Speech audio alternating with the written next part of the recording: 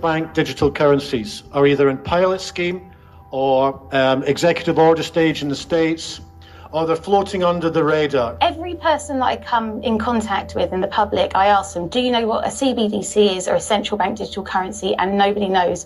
The central bank digital currency is basically what we have now, so it's fiat currency, but it's going to be entirely digital, which means absolutely in the control of the government and the central banks. Such a system would give the state full access to the details of all transactions, as well as the ability to cut off an individual's money supply with the flick of a digital switch. The CEO of the Bank for International Settlements recently told the world that the great thing about central bank digital currency was that they could track every transaction. We tend to establish the equivalence with cash, and there is a huge difference there.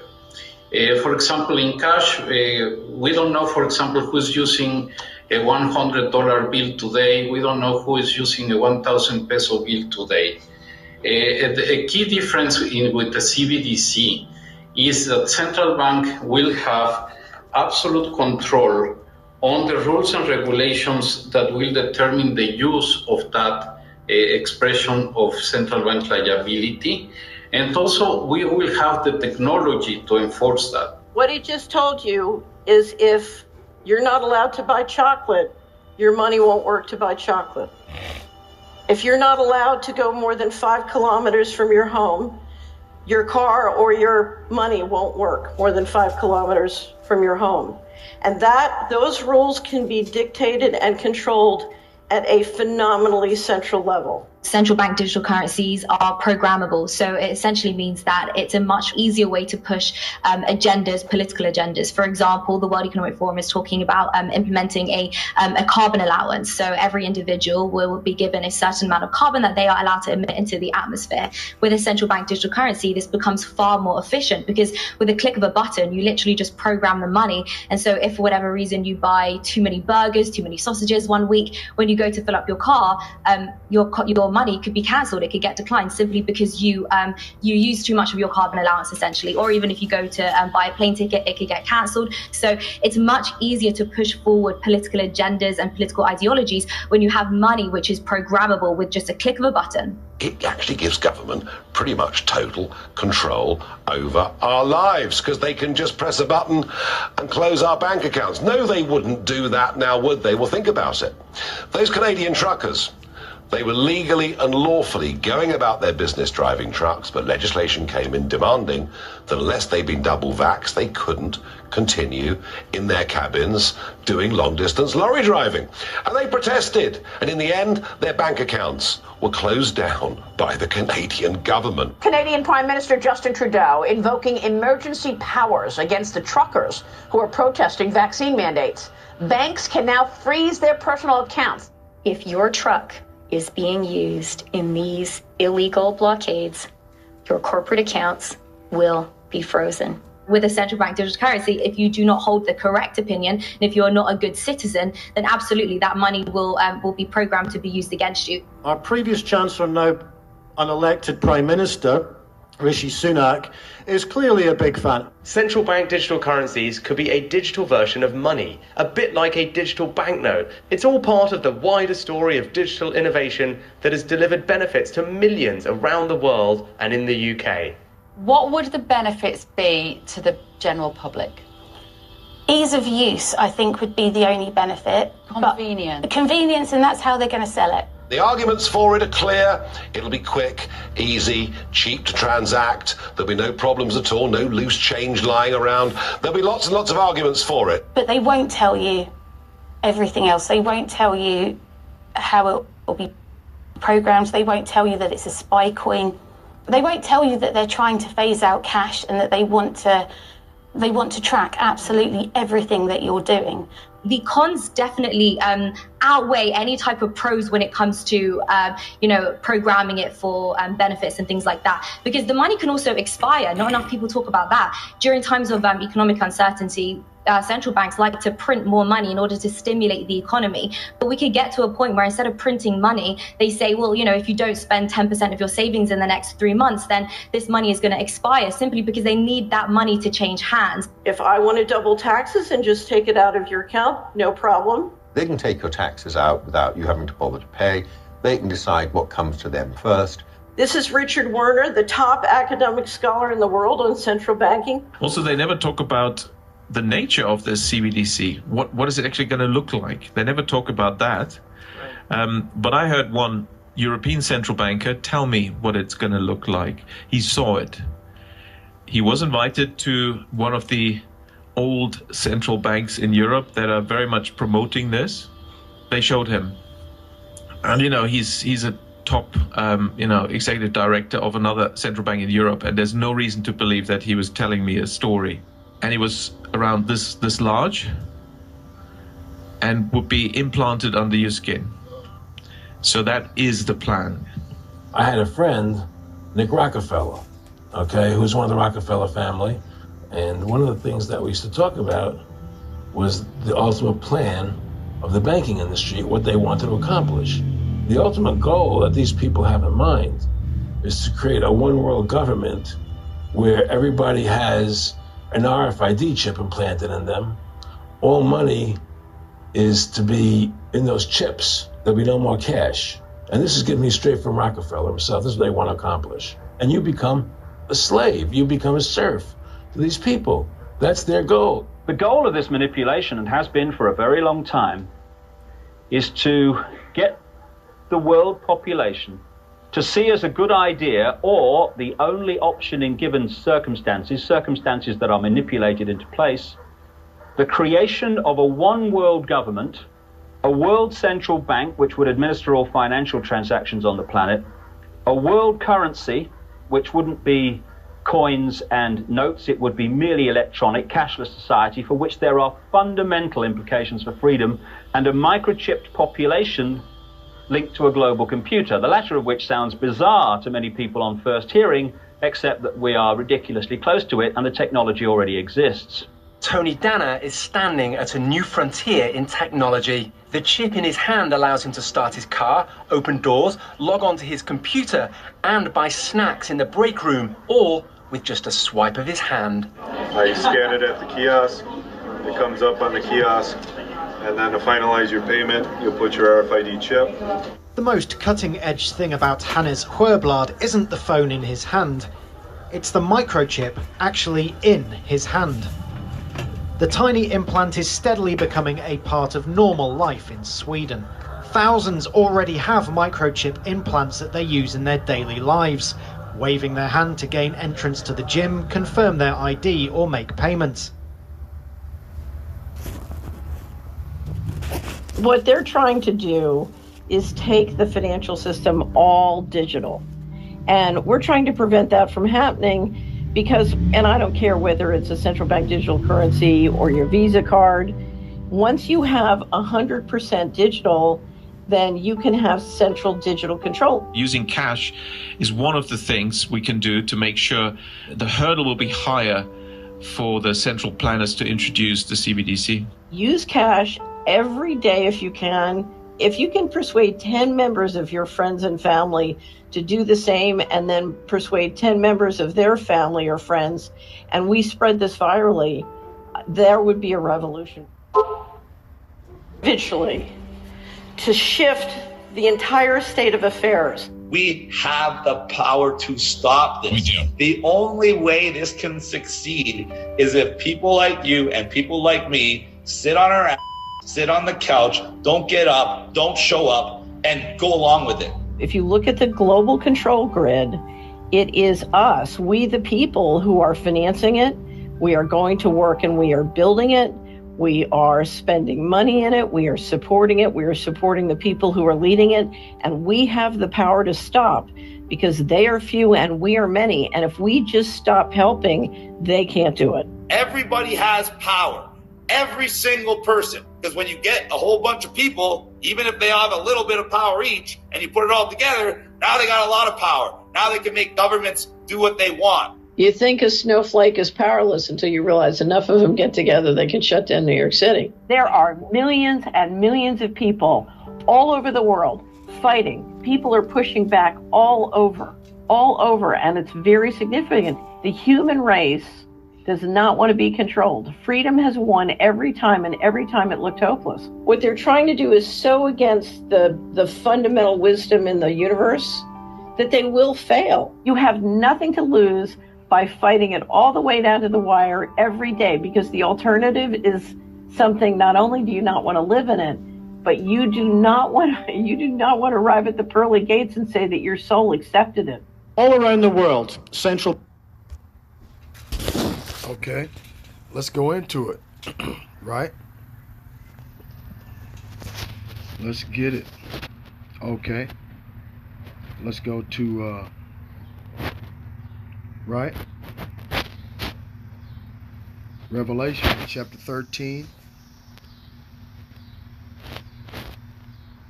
Revelation chapter 13. I'm going to start at verse 9, right? If I can get it to... Wow. Verse 9. If any man hath an ear, let him hear.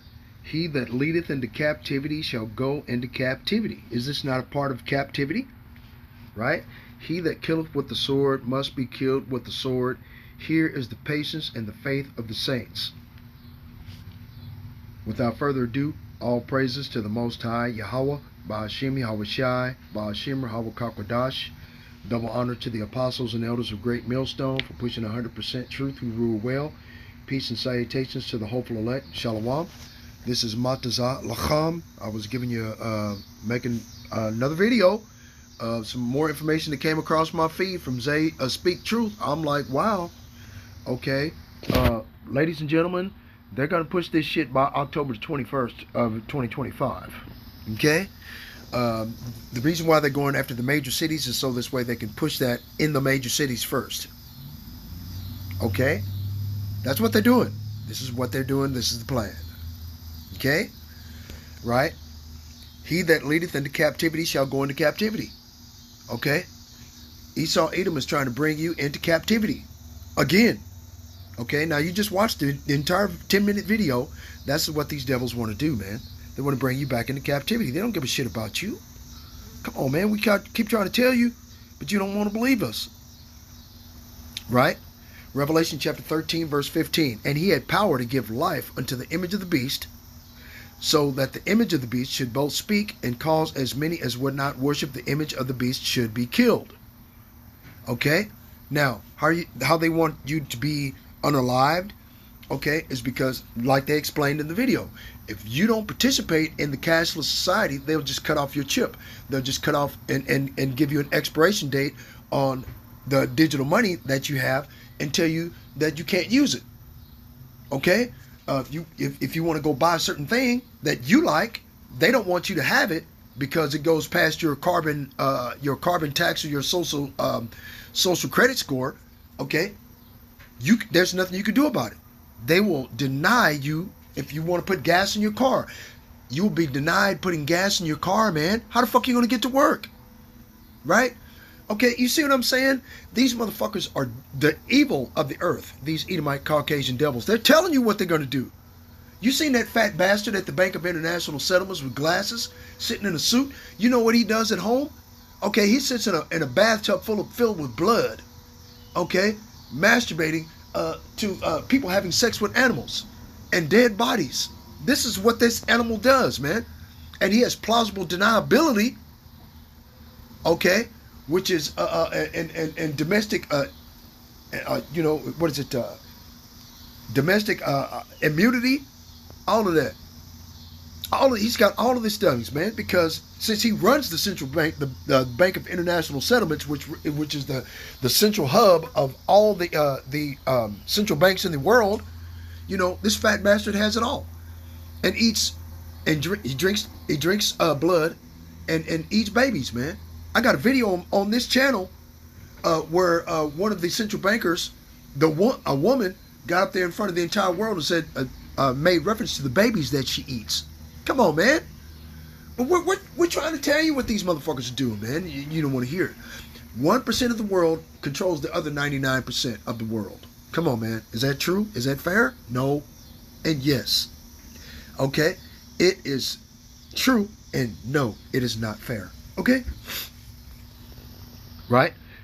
Revelation chapter 13, verse 16, and he causeth all, both small and great, rich and poor, free and bond, to receive a mark in their right hand or in their foreheads. Now, you had Richard Warner, okay, an individual, probably a technocrat, okay, bitching and complaining about this Orwellian dystopian authoritarian ideology, where you have the radio frequency identification microprocessor subcutaneously implanted underneath your skin, okay, between your index and your index or your forefinger and your thumb.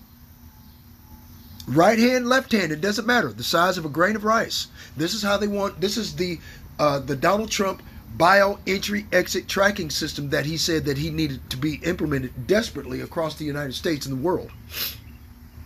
Back in 2016 during his first presidency. That's what he was talking about back then, but he was moving too fast. So they put some brain dead son of a godless devil and a pedophile in charge of the world and turned the world even further upside down, and then put this bastard back in charge to pick up where he left off. That's what's happening. And the maggots, these MAGAites, these MAGA maniacs, don't understand, well, he promised this and promised that, and then he's going against what he promised. He lied to your face, you asshole. He just needed to get back in office to finish what he started. The fuck? Okay? Revelation chapter 13, verse 17. That no man might buy or sell save that he had the mark or the name of the beast or the number of his name. Okay? Let's go get an image of what it looks like. Let's go get it. All right, ready? Hold on. Let's see. Boom. Let's get it. Hold on. Let's get it. I'm going to get you an image of what it looks like. Boom. Boom. Boom. Boom. That's what it looks like. Right? Size of a grain of rice between your index finger and your thumb, and then in your forehead. Okay? There you go. Big as shit. This is the plan. See? Right? And we've been in all these different captivities, man. All this time. We've just been in captivity after captivity after captivity, where we don't know anything but captivity and follow in behind what these evil devils are, what they plan. Right? And the evangelical Christian church, like it says in Romans chapter 10, verse 2, for I bear them record that they have a zeal of the Most High, but not according to knowledge. For they, being ignorant of the Most High's righteousness and going about to establish their own righteousness, have not submitted themselves unto the righteousness of the Most High. They say that the law is done away with. Right? If the law was done away with, one of the laws of the Most High says, thou shalt not kill. What's stopping these motherfuckers from killing you then? Okay? See? Right? Okay, hold on. Let me get out of there. Okay, let's go over here to Ecclesiasticus chapter 1, verse 9. For inquisition shall be made into the counsels of the ungodly, and the sound of his words shall come unto the Lord for the manifestation of his wicked deeds. For the ear of jealousy heareth all things. So the Most High Yahweh Ba'ashem Yahweh Shai sees and hears what these devils are up to. Okay? He sees what they're doing. But our people won't listen. Okay? Let's see. The Most High, you know, all he cares about are his people. Baruch chapter 2, verse 29. Yet if you will not hear my voice, surely this very great multitude shall be turned into a small number among the nations, where I will scatter them. For I knew that they would not hear me, because it is a stiff-necked people. But in the land of their captivities they shall remember themselves. And that's what's happening. That's the reason why the Anti-Defamation League, okay, and the Southern Poverty Law Center that are part of AIPAC, the Israeli lobbyists that run the United States government, are afraid of. They're afraid that the Negroes, Latinos, and Native Americans are waking up to the fact that they're the Israelites of the Holy Bible, instead of the narrative that they push under duress and under draconian law, that they are God's chosen people. You see what I mean? And this is the reason why the Most High God is going to destroy these goddamn devils from off the face of the earth. Okay? For telling a lie, man. Okay? And they shall know that I am the Lord their God, Yahweh Ba'ashem Yahweh Shai, for I will give them a heart and ears to hear. And they shall praise me in the land of their captivity and think upon my name. Okay? That's what we're doing. Call halal Yamla Yahweh Ba'ashim Yahweh Shai Ba'ashim Rahawah Kakwadash. That's what we're doing, man. We're calling upon the name of the Lord, like it says. Call halal Yahweh Ba'ashim Yahweh Shai is the same things. Blessed be he that cometh in the name of the Lord. That's what that means. Call halal Yahweh Ba'ashim Yahweh Shai Ba'ashim Rahawah Kakwadash. Blessed is he that cometh in the name of the Lord. Okay? That's what it means. Just telling you. Right? And shall know that I am the Lord their power, and I will give them a heart and ears to hear. And the only people that have a heart and ears to hear, and a heart, and which is lob, which means their mind, to change their mind from their wicked ways and to go back to keeping the law, statutes, and commandments, are those that are willing to keep the law, statutes, and commandments. These are the elect of the Most High that he had preordained before the foundation of the earth began to receive salvation here in these last days. These are the hidden ones found in Psalm 83. Okay? And they shall praise me in the land of their captivity and think upon my name, and return from their stiff neck and from their wicked deeds, for they shall remember the way of their fathers which have sinned before the Lord. And I will bring them again into the land which I promised with an oath unto their fathers, Abraham, Isaac, and Jacob. Not Abraham, Isaac, and Esau, Abraham, Isaac, and Moab, Abraham, Isaac, and Ishmael, and Abraham, Isaac, and Moab. Or Abraham, Isaac, and the Ethiopians. Abraham, Isaac, and the Hagarenes. Abraham, Isaac, and the Egyptians. No. Okay? Jacob. Okay? Let's go get it. Genesis chapter 35, verse 9, I think it is. Let me get it. So this way it'll explain it to you. Where the Most High God changed Jacob's name to Israel. And Israel means he who wrestles with God. Right? Hold on. Here it is. Jacob is named Israel. Genesis chapter 35, verse 9. And the Most High appeared unto Jacob again when he came out of Padan Aram, and blessed him, and said unto him, Thy name is Jacob. Thy name shall not be called any more Jacob, but Israel shall be thy name. And he called his name Israel. And the Most High said unto him, I am the Most High Almighty. Be fruitful and multiply. A nation and a company of nations shall be of thee, and kings shall come out of thy loins. And the land which I gave unto Abraham and Isaac, to thee will I give it, and to thy seed after thee will I give the land. And the Most High went up from him in the place where he talked with him. Okay? And Jacob set up a pillar in the place where he talked with him, even a pillar of stone, and he poured a drink offering thereon, and he poured oil thereon. And Jacob called the name of the place where the Most High spake with him Bethel. Okay? See? So the Most High said that he's going to give it to Abraham, Isaac, and Jacob. Let's go over here to Ecclesiasticus, the book of Sirach, chapter 44, verse 19. Literally start your own business. Okay. Nothing I can do, man, with these Edomite Caucasians. Let me see if I can find another book. There's one. Boom. Okay. Ecclesiasticus, look, went straight to it. Look at that. Oh, man. Come on, man. Ecclesiasticus 4. Okay. You can't tell me that ain't spiritual, dude. It went straight to it. You saw that. I didn't even get a chance to type it in. I just opened the book up. That's all I did. You saw it, man. Are you going to deny what you saw with your own eyes? Abraham, Ecclesiasticus chapter 44, verse 19. Abraham was a great father of many people, and glory was there none like unto him, who kept the law of the Most High, and was in covenant with him. He established the covenant in his flesh, and he was proved, and he was found faithful. Therefore he assured him by an oath that he would bless the nations in his seed, and that he would multiply him as the dust of the earth. Right? This is tonight says. It says in Genesis chapter 35, verse 9 and 10, I am the Lord God Almighty, be fruitful and multiply. Right? But Esau, Edom, under the depopulation agenda, doesn't want that. Okay? Because that's part of Agenda 2030. Don't believe it? Let's go get it. The complete opposite of what it says in the biblical scriptures. Okay? Wanna go get it? Okay? Let's go get it. Since you don't believe it. Okay, hold on. Let's go down here to see if I can find you a copy of Agenda 2030. Okay, we'll find it. I will find it. Don't think I won't, because I got a copy of it. and agenda. Yep, Agenda 2030. It's in here. I got it. Okay. Salakia. Uh-oh, there it is. Boom. Boom. Boom. Boom. Boom. World depopulation and fertility control. Right? New World Order, Agenda 2030 mission goals. One world government, end of nations, one world army, one world police force, end of family unit, one world central bank, one world cashless currency. That's what the entire video is about.